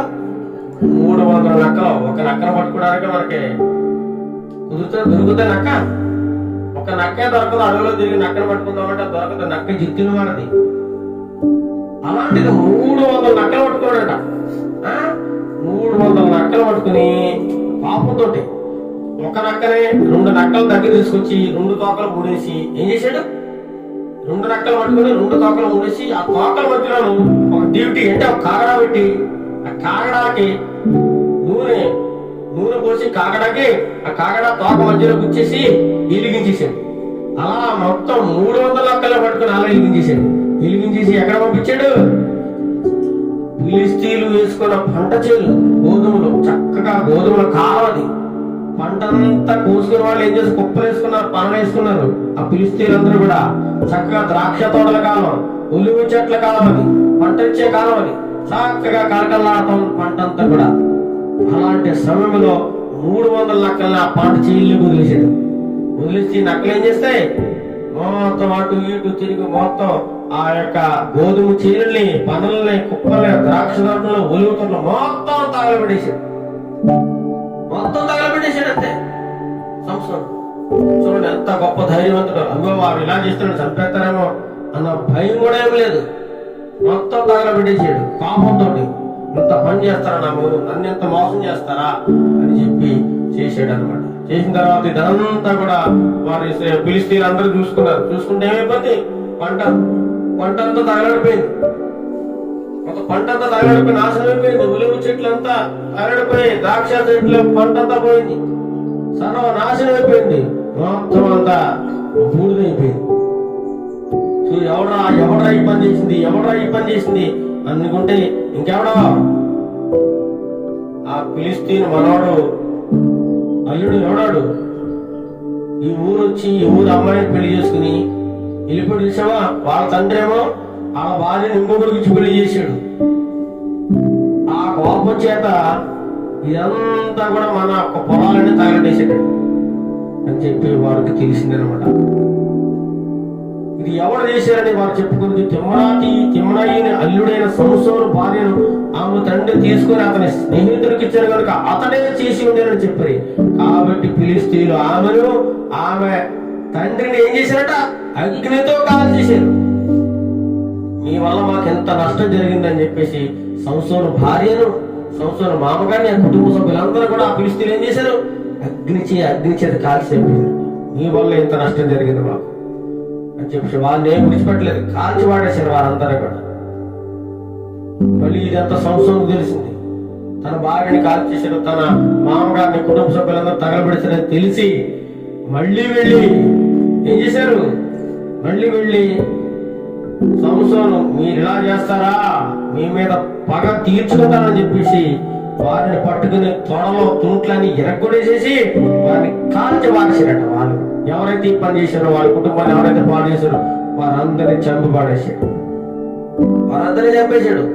చూడండి ఎలా కోపం, ఎటువంటి ద్రోహ కార్యాలు చేస్తున్నారు, ఎటువంటి ద్రోహ కార్యాలు. ఒక స్త్రీ కోసం ఎంత గొడవ జరుగుతుందో చూడండి. వాళ్ళందరినీ చంపేశాడు. తన భార్యనేమో వేరేవాడికి ఇచ్చి పెళ్లి చేసినందుకు ఏం చేశాడు, ఆ ఊరి ప్రజలందరి పొలాలన్నీ తగలడేశాడు సంసోను. ఆ తగలడేసినందుకు వారు ఏం చేశారు, ఇదంతా ఈ కుటుంబంలో జరిగింది అని చెప్పి ఆ కుటుంబాన్ని నాశనం చేశారు. ఆ కుటుంబాన్ని చంపుతారు అని చెప్పేసి వారు చంపులందరూ కూడా ఈతను చంపారు. వాళ్ళ తుంట్లు కాళ్ళు ఎక్కడికక్కడ ఎరగొట్టేసి కాల్చి పారేసేసి యాతాము అనే ప్రదేశం వెళ్ళి అక్కడ బండ సందులు అక్కడ నివాసం చేస్తారు. ఊరుకు దూరంగా యాతాము అంటే హద్దు, అక్కడికి వెళ్ళిపోయి అక్కడ బండ సందులో తలదాచుకున్నాడు అనమాట. ఎందుకంటే ఫిలిష్తీయులందరినీ చాలా మంది చంపేశాడు. అక్కడ తనకు తెలుసు వీళ్ళందరూ నా మీద కక్ష కడతారని చెప్పి అక్కడ తలదాచుకున్నప్పుడు ఫిలిష్తీయులు ఏం చేశారు, వాళ్ళందరూ ఫిలిష్తీయులు సర్దారు వాళ్ళందరూ పెద్ద పెద్ద వాళ్ళందరూ బయలుదేరి యూదా దేశంలోకి వచ్చేసారంటే వీళ్ళందరూ కూడా యూదులు ఇశ్రాయేలులో వీళ్ళు చేసిన పనిది.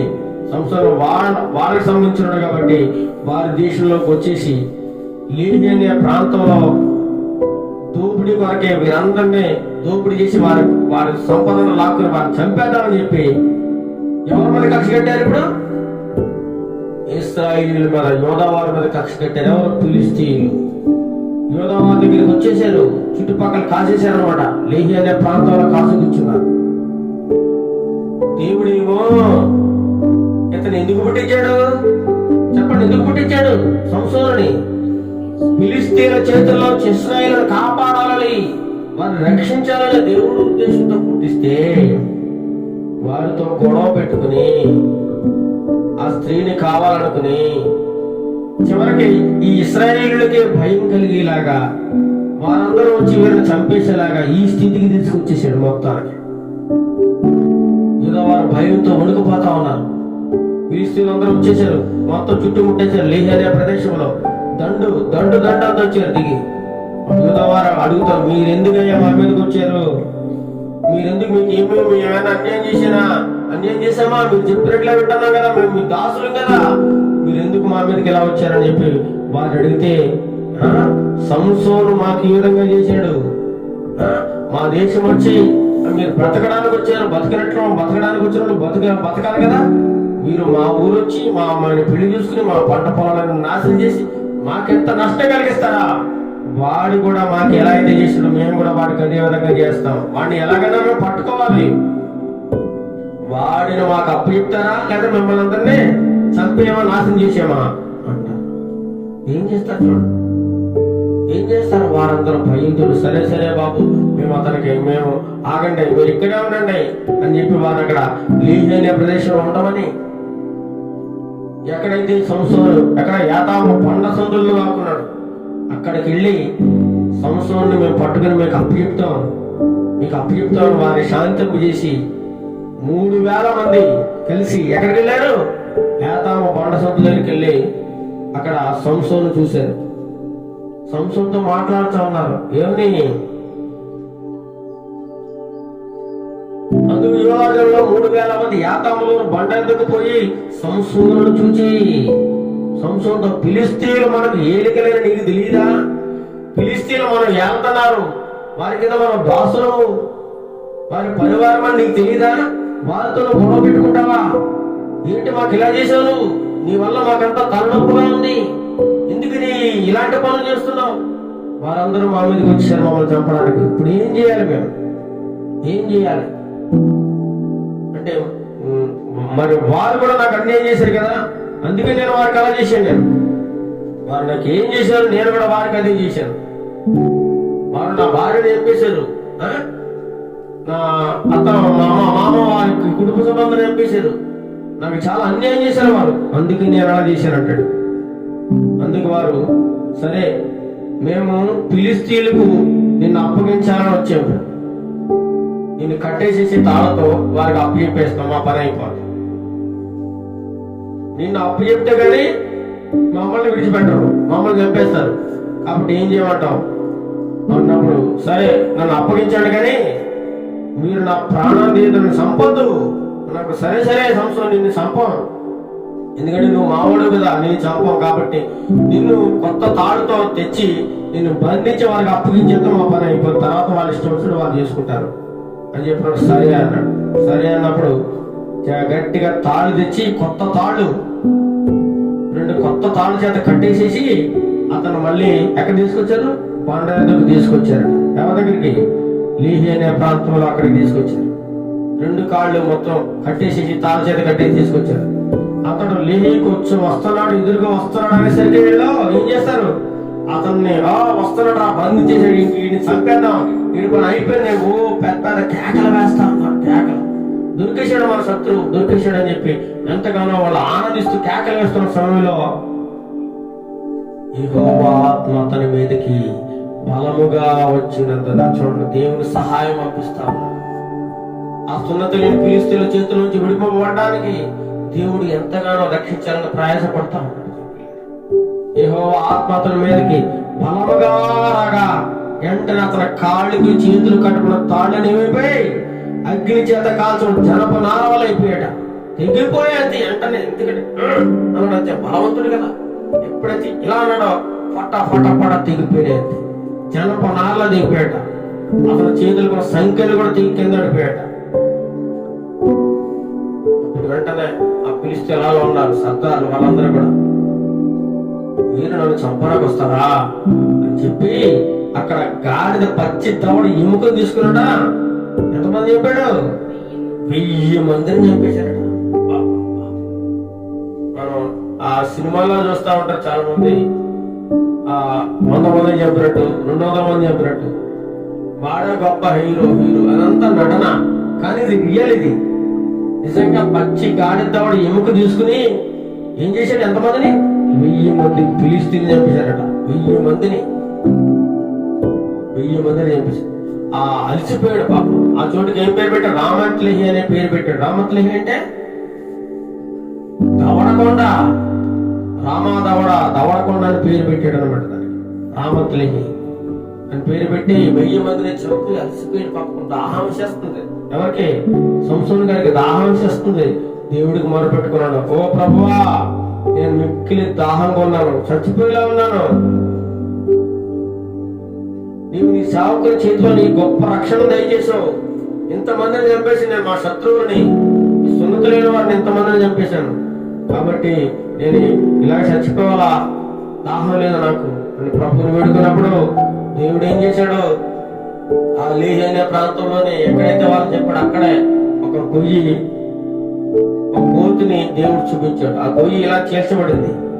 అక్కడ ఎలా చేతులతో రావగానే అందులోంచి వచ్చి నీళ్ళు వచ్చి అతడు ఆ నీళ్లు తాగి ప్రాణం తప్పరెళ్ళి బతికేటట, సాధ తీరాడు. అది కూడా ఇప్పటికి లేహీలో ఉందట. అతడు ఫిలిష్తీయుల దినంలో 20 సంవత్సరాలు ఇశ్రాయేలుకి ఎలా ఉన్నాడట? న్యాయాధిపతిగా ఉన్నాడు. 20 సంవత్సరాలు ఇశ్రాయేలులందరికీ న్యాయం తీరుస్తూ న్యాయాధిపతిగా దేవుడు నియమించాడు. ఇలా ఉంటున్న కాలక్రమంలో, కాలం జరుగుతున్న క్రమంలో తర్వాత సంవత్సరం ఏం చేశాడు? మళ్ళీ ఫిలిష్తీయుల పట్టణం వెళ్ళాడు. చూడండి తన జీవితం ఎలా సాగుతుందో. మళ్ళీ ఫిలిష్తీయుల పట్టణం వెళ్ళి భార్య లేదు. ఇప్పుడు భార్య అయిపోయింది, చంపేశారు. అయిపోయింది. అతను ఒక సుఖం లేదు, సంతోషం లేదు, ఆనందం లేదు. ఫిలిష్తీయుల పట్టణం వెళ్ళి గాజా అనే పట్టణం. గాజా అంటే బలమైన దుర్గం అని, ఫిలిష్తీయుల ముఖ్య పట్టణం అది. అక్కడికి వెళ్ళి అక్కడ ఒక వేశ్యను చూసినట్ట. ఎవరినే? వేశ్య అంటే పురుషులతో సాంగత్యం చేస్తూ వ్యభిచారం చేస్తూ ఒక స్త్రీ చూసి ఆమె దగ్గరికి వెళ్ళి ఆమె వద్ద చేరి ఆమెతో సహవాసం చేస్తా ఉన్నాడు. చూడండి ఎంత దారుణం. దేవునికి వ్రతం చేయబడిన వాడు కళ్యాణాన్ని ముట్టొద్దన్నాడు, ముట్టుకున్నాడు, అదొక పాపం. ఇక్కడ అన్య స్త్రీని వివాహం చేసుకోకూడదు కానీ చేసుకున్నాడు, అదొకటి. ఇప్పుడు ఒక వేశ్య దగ్గరికి వచ్చాడు. ఎంత బలవంతుడు ఎలా అయిపోతున్నాడు చూడండి. ఇంత దారుణమైన పరిస్థితుల్లోకి వెళ్ళిపోతున్నాడు. చాలా మంది మొదట్లో చాలా గొప్పగా భక్తిగా ఉంటారు, కానీ చివరికి వచ్చేసరికి వాడి భక్తి అంతా మారిపోయి దుర్మార్గులుగా అన్యుల కంటే ఘోరంగా మారిపోతున్నవారు ఎంతో మంది చూడగలరు. అదేవిధంగా సంసోను దిగజారిపోయి ఒక వేశ్య దగ్గరికి వెళ్ళాడు, పాపం చేయడానికి వెళ్ళాడు. ఆమెతో సమయాన్ని గడుపుతా ఉన్నాడు ఆ వేశ్యతోటి. అదే ఊరు మళ్ళీ ఫిలిష్తీయుల దగ్గరికి వెళ్ళి వాళ్ళ గాజా పట్టణంలో ఉన్నాడన్న సంగతి ఆ ఫిలిష్తీయులందరికీ తెలిసిపోయింది. ఆ ఊరు వాళ్ళకి వచ్చాడు. ఆ మనవడు వచ్చాడు, ఆ సంసోను వచ్చాడు, ఎలాగైనా సరే అతను బంధించి చంపేయాలంతే. ఈ రాత్రి మన ఆ పలానా ఆమె ఇంట్లో ఉన్నాడు, పలానా ఆమెతో వాడు ఉలుకుతా ఉన్నాడు, సహవాసం చేస్తా ఉన్నాడు, సాంగత్యం చేస్తా ఉన్నాడు, ఎలాగైనా సరే ఈ రాత్రి చంపేయాలి. తెల్లవారిలోపు ఈ గాజా పట్టణానికి ఉన్నటువంటి ద్వారం దగ్గర మన కాపలా కాశాడు, బయటకు వస్తాడు, వెంటనే చంపేద్దామని చెప్పి ఆ రాత్రి అంతా కూడా ఆ పట్టణపు ముఖ్య పట్టణం ద్వారం ఉంటుంది, పెద్ద తలుపు ద్వారం అని ఉంటది, ముఖద్వారం పట్టణానికి చుట్టూ గోడ కట్టేసి పెద్ద ద్వారబంధాలు వేసి దాన్ని బంధించేస్తారనమాట. ఆ ద్వారబంధాలు బంధించేసి సంసోను ఎప్పుడు బయటకు వస్తాడా, తెల్లవారుదారు చంపేద్దాం, ఎప్పుడు తెల్లవారుదారు ఎలాగ వస్తాడు చంపేద్దాం అని చెప్పి అక్కడ కాల్సి కూర్చున్నారు ఫిలిష్తీయులందరూ కూడా. ఈ విషయం ఎవరికి తెలిసింది? సంసోను తెలిసింది. సంసోను తెలిసి అర్ధరాత్రి సమయంలో లేచేసి, వారికంటే ముందు లేచేసి ఆ ఊరి యొక్క పట్టణపు వెలుపడికి వచ్చేసి ఆ పట్టణపు తలుపుల్ని, ఆ ద్వారబంధాలను అడ్డుకర్రతో సహా మొత్తం పెకిలించేసి తన భుజం మీద గోడ పెరికేసి భుజం మీద పెట్టుకుని ఎప్పుడు ఎదురుగా కొండ దగ్గరికి మోసుకుని వెళ్ళిపోయాడు. కొండ ఎక్కేసి కొండ మీద పెట్టేశాడు. ఎంత బలవంతుడు, పెద్ద ద్వారం. మన చిన్న తలుపునే మొయ్యలేము, మన చిన్న చిన్న తలుపులు. అలాంటిది ఊరిని కాపాడడానికి ఉంటుంది పెద్ద ద్వారబంధము. ఇన్ని వేల కిలోలు ఉంటుంది, అది ఇన్ని వందల కిలోలు ఉంటుందో అలాంటి ద్వారబంధాన్ని తలుపులతో సహా ఊడబెరిగేసి పట్టుకెళ్ళి అక్కడ హెబ్రోనుకి ఎదుర్కొని కొండ మీద పెట్టేశాడు. అంత గొప్ప బలవంతుడు సంసోను. వాళ్ళందరూ చూసి అల్లిపోయారు, భయపడి ఉంటారు వాళ్ళందరూ కూడా. అమ్మ అంత బలవంతుడు నాయన, వీళ్ళు మనం ఏం చేయలేకపోతున్నాను వాళ్ళు ఎంతగానో భయపడి ఉంటారు. అలా ఉండగా మళ్ళీ షోరేకు లోయలో ఉన్నటువంటి మళ్ళీ దెలీలా, అదే ఫిలిష్తీయుల్లో ఉన్నటువంటి ఒక ఆస్తిని మళ్ళీ మోహించాడు. ఆ మందంగా కనబడుతుంటే ఆ అందాన్ని చూసి మురిసిపోయి ఆ మందానికి ఓడిపోయాడు. వెళ్ళిపోయిన మళ్ళీ ఆ స్త్రీని ఇక్కడ ఈ వేష అయిపోయింది గాజాలో, మళ్ళీ ఇంకొక షోరేకు లోయలో ఉన్న దెలీలా అనే ఒక స్త్రీని మోహించాడు. షోరేకు అనగా శ్రేష్టమైన ద్రాక్షల లోయట, శ్రేష్టమైన ద్రాక్ష లోయ షోరేకు లోయనగా. అక్కడికి వెళ్ళి దెలీలా అనే స్త్రీతో అక్కడ సాంగత్యం చేస్తా ఉన్నాడు. అప్పుడు ఫిలిష్తీయుల సర్దారులు ముఖ్యమైన వారందరూ వచ్చేసారు. ఇక్కడికి వస్తున్నాడని తెలిసిన వారందరికీ, సరే ఈసారి ఎట్లయినా సరే ఇతన్ని విడిచిపెట్టకూడదు, ఎలాగైనా చంపేయాలి అని చెప్పి ఆ దెలీలా దగ్గరికి వచ్చి, దెలీలా ఎక్కడ వాడు మన దగ్గరికి వచ్చి మనందరినీ ఈ విధంగా చంపేస్తా ఉంటున్నాడు, కాబట్టి అతను బలం ఎక్కడుందో మనకు తెలియడం లేదు, ప్రతి ఒక్కరిని చిత్తుగా కొట్టేస్తున్నాడు, గాడిదతో 1000 మందిని నింపేశాడు, మనం అతను ఏం చేయలేకపోతున్నాం, కాబట్టి నువ్వేం చేస్తావంటే అతను లాలించి ఆలించి పాడించి అతన్ని వశపరుచుకొని అతని యొక్క గొప్ప దేనిలో ఉందో నువ్వు తెలుసుకొని మాకు చెప్పాలి. మాకు చెప్పాలంటే అతనికి ఇంత బలం ఎక్కడది, ఇంటికి ఇలాంటి ఎంత గొప్ప బలంతో మన మీద విరుచుకుపడుతున్నాడు, అతను బలం ఎందులో ఉందో నువ్వు తెలుసుకోవాల్సమా. కాబట్టి అతను బలంగా తెలుసుకున్నావు, అతను బంధించి అతని గర్వంతాన్ని చేస్తాం, చంపేస్తాం అతన్ని. కాబట్టి నువ్వు ఈ సహాయం చేయాలి. ఈ సహాయం చేసినందుకు నీకు 1100 వెండి నాణాలు ఇస్తాం. ఒక్కొక్కడు కూడా నీకు 1100 వెండి నాణాలు ఇస్తాం, నీ సహాయం చేయని చెప్పి ఆమెని బలవంతం చేశారు.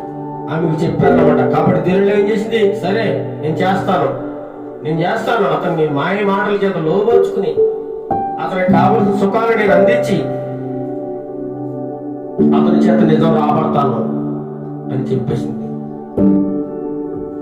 అప్పుడు సంసోను ఒకరోజు ఆమెతో ఉన్నప్పుడు, సంసోను నువ్వెంత బలంతో ఉన్నావు కదా, నిన్నెవ్వరు ఏమీ చేయలేకపోతున్నారు కదా, నీకు ఈ బలం ఎక్కడిది, ఇంత బలం ఎక్కడికి వెళ్ళి వచ్చింది, నీ బలం దేనిలో ఉంది నాకు చెప్పవా దయచేసి అని అడుగు. ప్రేమతో అడుగుతుంది. చూడండి, నాశనం చేసే స్త్రీలు చాలా ప్రేమగా మాట్లాడతారు, కొంతమంది ఆడవాళ్ళు చాలా ప్రేమగా మాట్లాడతారు, నటిస్తూ మాట్లాడతారు, ఎంతో ప్రేమ కురిపించేస్తారు.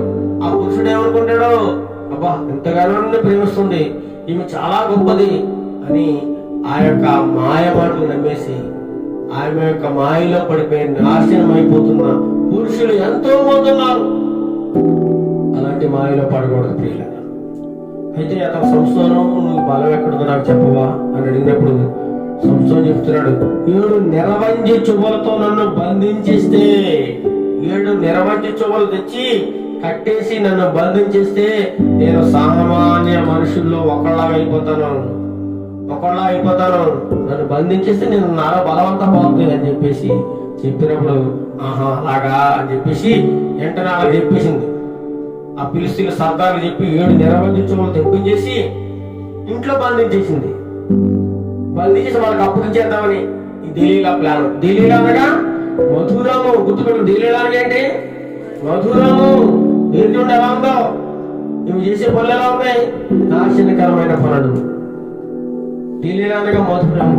బంధించేసి పడుకున్నాడు, చక్కగా ఇతను పడుకున్నాడు, మంచిగా ఇతనికి కావాల్సిన సుఖాన్ని ఇచ్చేసింది, పండుగ. ఆ నిరవంజి చువ్వలు తెప్పించుకుని మొత్తం గట్టిగా బిగించి కట్టేసి ఇప్పుడు సంసోను ఫిలిష్తీయుల సర్దార్లు వచ్చేసి నీ మీద పడ్డా, నిన్ను పట్టుకోవడానికి వచ్చారు లే అంటాం. వెంటనే ఎప్పుడైతే ఫిలిష్తీయులు నీ మీద పడుతున్నారు అనగానే వెంటనే సంసోను లేచి వెంటనే ఇలా విదిలించుకోవడం, అంటే సింహం విదిలించినట్టు ఇలా విదిలించగానే ఆ యొక్క నిరవంజి చువ్వలన్నీ కూడా ఏమైపోయినాయి? తెగిపోయాడు. అగ్ని తెలిగిన నూలు రీతిగా ఆ తడపలన్నీ తెంపేసాడు. అతను బలం ఎక్కడదో ఆమెకి తెల్లలేదు. అప్పుడు దెలీలా అంటుంది, ఏంటిది? అప్పుడు ఇది చూడగానే వాళ్ళంతా పారిపోయాట. భయం, అమ్మ బాబోయ్, వాళ్ళని నింపేసి నిరవంజి చువ్వలని నింపేశాడు, వాళ్ళు చంపేదని పారిపోయాట. అప్పుడు దెలీలా అంటుంది, ఏంటి సంసోను, నువ్వు నన్ను ఎగతాళి చేయలేక నాతో అబద్ధం ఆడుతున్నావు, నువ్వు ఎందుకు ఇలా చేస్తున్నావు? నిన్ను దేని చేత నిరవంజి చువ్వలతో బంధిస్తే మామూలు మనిషిని అయిపోతున్నాను, కానీ అవ్వలేదుగా, నువ్వు అబద్ధం ఆడుతున్నావు, దయచేసి నాకు నిజం చెప్పు, నీ బలం ఎక్కడుందో చెప్పు అంటే మళ్ళీ 2వసారి చెప్తాను అన్నాడు. మొదటిసారి అబద్ధం ఆడాడు సంసోను, 2వసారి కూడా అబద్ధం చెప్తున్నాడు.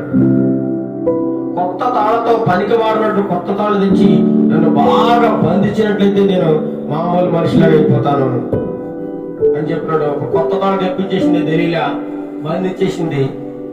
బంధించేసి సంసోను ఫిలిష్తీయులు వచ్చారు, నీ మీదకి నేను చంపడానికి వచ్చారన్నప్పుడు వెంటనే ఆ తాళ్ళని ఏం చేశారట? నువ్వులు పోగులు తాళ్ళని తెంపేశాడు. అప్పుడు ఇప్పుడు ఎన్నిసార్లు అయింది? 2 సార్లు ఫెయిల్ అయింది. మళ్ళీ విడిచిపెట్టదలే దెలీలా. ఎందుకు సంసోను ఇలా చేస్తున్నావు? నా మీద ఇష్టం లేదా, నీకు ప్రేమ లేదా, నాకు ఎందుకు ఇలా చేస్తున్నావు? నాకు నిజం చెప్పొచ్చు కదా. నిన్ను 2 సార్లు అంతా అబద్ధం ఆడు, ఈసారికైనా నిజం చెప్పు అని చెప్పి, సరే నిజం చెప్తున్నాను చెప్పేసి, సరే నువ్వు నా తల జడలున్నాయి కదా, 7 కూడా అల్లి కలిసావనుకో నేను మామూలు మనుషులు అయిపోతాను, నా బలం అంతా పోతాను. నా తల జడలు 7 అల్లికలు అల్లితే సరే నా బలం అంతా పోతుంది, నేను మామూలు మనిషి అయిపోతున్నప్పుడు ఏం చేసింది? అతను తలని జడలు 7 అల్లికెళ్ళేసి, అల్లికి అల్లడమే కాకుండా ఈ యొక్క తల జడల్ని గోడకి మేకేసి కొడేసి కదలకుండా. చూడ ఎంత దారుణం! ఆ తలని అల్లిని జడల్ని మేకేసి కొడేసింది. పడుకున్నప్పుడు దిగుడేసి సంసోను ఫిలిష్తీయులు వచ్చినప్పుడు వెంటనే నిద్రలేసి ఆ తల జడలు పీక్కునేసరికి ఎక్కడనే మేకులతో సాగులు వచ్చేసేట. అంత గొప్ప బలవంతుడు. 3 సార్లు కూడా అబద్ధం ఆడాడు, 3 సార్లు కూడా ఫెయిల్ అయిపోయింది. ఇప్పుడు అంటుంది, చదవడం 15వ వచనం, అప్పుడు ఆమె నా యందు నీకు ఇష్టం లేదు, నేను నిన్ను ప్రేమించుచున్నాను, నువ్వు ఎందుకు చెప్తున్నావు? ఇది వరకు నీవు నన్ను ముమ్మారు ఎగతాళి చేసావు, నీ గొప్ప బలం దేనిలో ఉందో నాకు తెలియడం లేదు అని చెప్పి అనుదినము వేధిస్తా ఉంది. మాటల చేత తనకు తొందర పెడతా, బాధిస్తా ఉంది. ప్రాణి విసిగిపోయిందండి సంవత్సరం, ప్రాణి విసిగిపోయింది. ఏంది బతుకు, ప్రాణి విసిగి ఏమన్నా సచ్చిన పర్లేదు చెప్పేస్తా నిజం అనుకుని ఏం చేశాడు? చివరికే నిజాన్ని చెప్పేశాడు. నిజాన్ని చెప్పేశాడు. చూసాడు ఎంత దారుణం. నిజాన్ని ఎప్పుడతడు తన అభిప్రాయం అంతా తన చిన్నతనంలో దేవునికి వ్రతం చేయబడిన వాడని, తన తల మీద మంగళగెత్తు పడలేదని, ఇప్పటి వరకు నా బలమంతా నా తలలో ఉందని మొత్తం నిజం చెప్పేశాడు. నిజం చెప్పగానే ఏం చేసింది ఈ మహాతల్లి? మంచిగా రాత్రి లాలించి అతనికి కావాల్సినవన్నీ పెట్టి మంచిగా నిద్రపుచ్చేసి వారందరికీ చెప్పింది, ఫిలిస్తీన్లకి, ఇతను బలమంతా అతని తలలో ఉంది కాబట్టి అతను తల క్షౌరం చేసేస్తే అతను బలమంతా పోతుంది కాబట్టి ఒక మనిషిని పంపించండి, నిద్రపోయిన తర్వాత క్షౌరం చేయించేద్దాం అని చెప్పేసింది. వెంటనే ఒక మనిషిని పంపించారు. మంచిగా నిద్రపిచ్చేసింది. నిద్రలో మునిగి తేలుతా ఉన్నాడు ఎవరు, సంసోను. వెంటనే ఒకడు వచ్చేసి మంచిగా తల తడిపేసి మొత్తం తలంతా క్షౌరం చేసేసాడు. ఏం చేశాడు? క్షౌరం చేశాడు. వెంటనే అసలు ఉన్న బలం అంతా ఏమైపోయింది పిల్లరా? వెళ్ళిపోయింది. అంత బలం అంతా వెళ్ళిపోయింది. అప్పుడు సంసోను ఫిలిస్తీన్లు ఏమైనా పడుతున్నారు అని చెప్పినప్పుడు ఇద్దరు మేలుకొని ఇంత ముందులాగే నేను నా తల ఉంటే వరకు విదిలించుకుంటాడు. ఎక్కడుంది? అప్పటికే దేవుని ఆత్మ అతను ఏమైపోయింది? వెళ్ళిపోయిందన్న సంగతి అతను గ్రహించలేకపోయాడు. దేవుని యొక్క బలం వెళ్ళిపోయింది. దేవుడు ఎడబాసిన సంగతి అతనికి తెలియలేదు పిల్ల. అప్పుడు ఏం చేశాడు? ఫిలిస్తీన్లు అతను పట్టుకుని దొరికేశాడు. ఇంకా బలం లేదు, బలం అంతా పోయింది. సంస్థను దొరికేశాడు. బలహీనుడైపోయాడు. మహాబలాఢ్యుడు, గొప్ప ధైర్యవంతుడు, ధీరశాలి. ఇప్పుడు ఎందుకు పనికిరాని వాడిగా అయిపోయాడు. అంటే సంస్థను పట్టుకుని, నా కొడక మాకు దొరికావా, ఎన్నాళ్ళ నుంచి నిన్ను ఎదురు చూస్తా ఉన్నాం అనుకుంటూ వారు ఎన్నో దూషిస్తూ తిడుతూ, మన దేవుడే మన దేవత మనకు అప్పగించింది అనుకుని సంసోను యొక్క 2 కళ్ళు ఇప్పికేశారు. ఏం చేశారు? బంధించేసి ఏం చేశారు పిల్ల? 2 కళ్ళు ఇప్పికేసి గాజాకి తీసుకొచ్చి ఇద్దరు సంఖ్యల చేత బంధించేసి బంధు గృహంలో పెట్టేసి పెద్ద రాయి తిరగలి విసిరి వాడికి చేసి గుడ్డోడైపోయాడు. ఇప్పుడు గుడ్డోడైపోయాడు.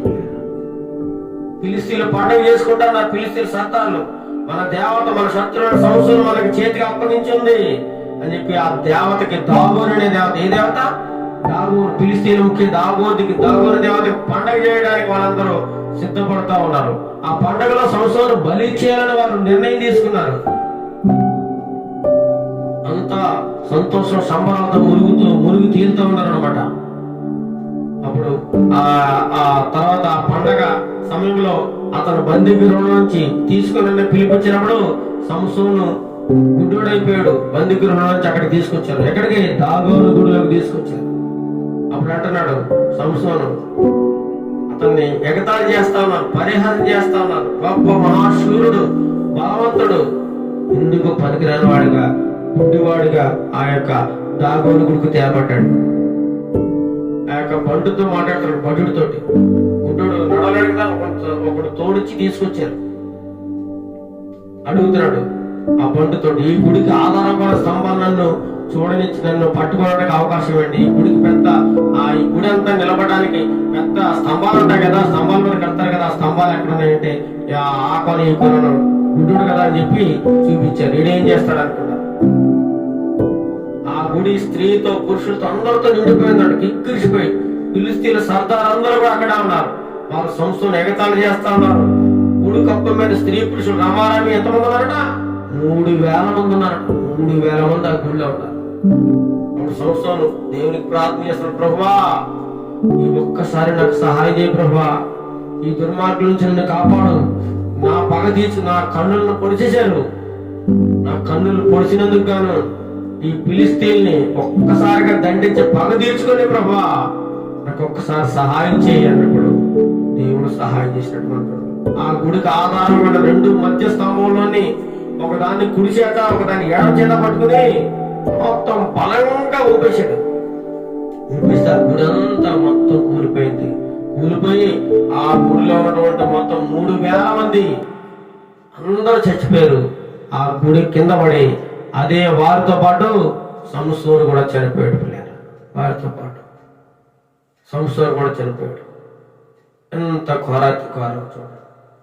దేవుడు ఎన్నిక చేయబడిన వాడు, దేవుని చేత ఎన్నిక చేయబడిన వాడు, దేవునికి వ్రతము కాబడిన వాడు దారుణమైన మరణానికి గురైపోయాడు.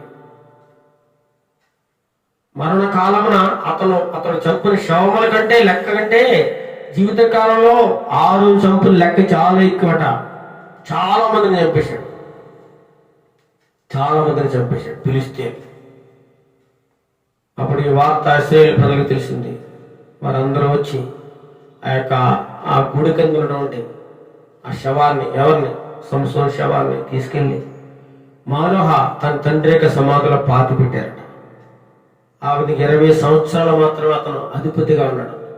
20 సంవత్సరాల ఇశ్రాయేలుకి అధిపతిగా ఉన్నాడు. ఆ విధంగా సంశయం యొక్క చరిత్ర ముగిసిపోయింది. ఎంత గొప్ప బలాఢ్యుడు, ఇందుకు పనికిరాని వాడిగా అయిపోయాడు. ఇందుకు పనికిరాని వాడు తన బలంతో ఎన్నో సాహస కార్యాలు చేశాడు. 20 సంవత్సరాలు న్యాయాధిపతిగా ఉన్నాడు. మంచిగా ప్రారంభించాడు. చివరికి ఏం చేశాడు? స్త్రీ మాయలో పడిపోయి పతనం అయిపోయాడు.